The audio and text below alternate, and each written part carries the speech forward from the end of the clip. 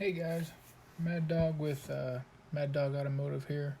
Today we're going to be going over the how to remove the intake manifold so that you can get to the rear exhaust manifold and get the bolts out for doing.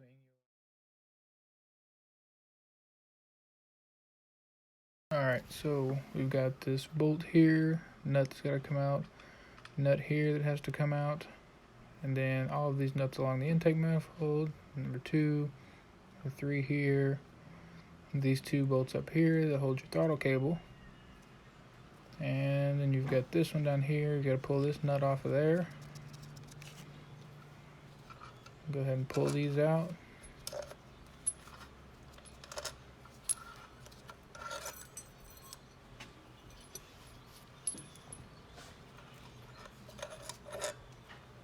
Get those pulled out, and you don't have to totally remove this. You can just kind of flip it over like this.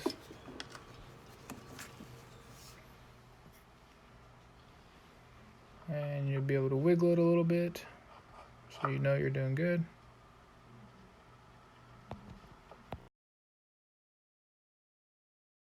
Alright, and you're going to have to take off your air intakes. You'll take off both of the clamps, whichever kind of clamp that you have. You're going to want to unplug your mass airflow sensor. Pull off your vacuum hose. You're going to want to remove your battery.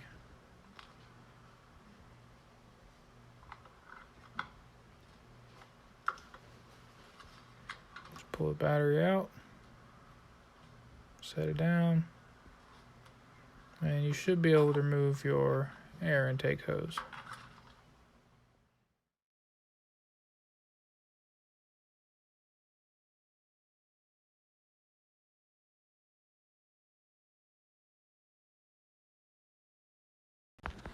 And then you've got to pull this sensor off. It's got 2 bolts that hold it in there. You unscrew those and pull it off. And you've got a body ground right here. You want to unbolt it, pull that body ground off and out of the way. And then you've got movement. I didn't pull mine all the way out. You should be able to move it off to the side, and then you're able to come in from the driver's side and get those bolts out.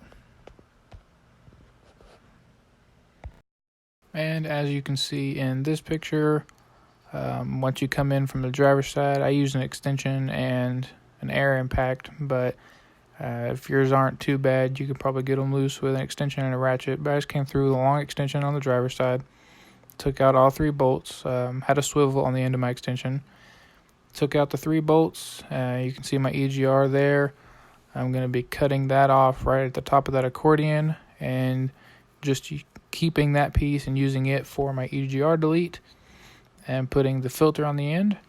But once you get those 3 bolts out of there, then those 2 pieces will fall apart and you can take them out, take the catalytic converter out through the bottom and then pull the headers out, and that's how you'll get those out of there.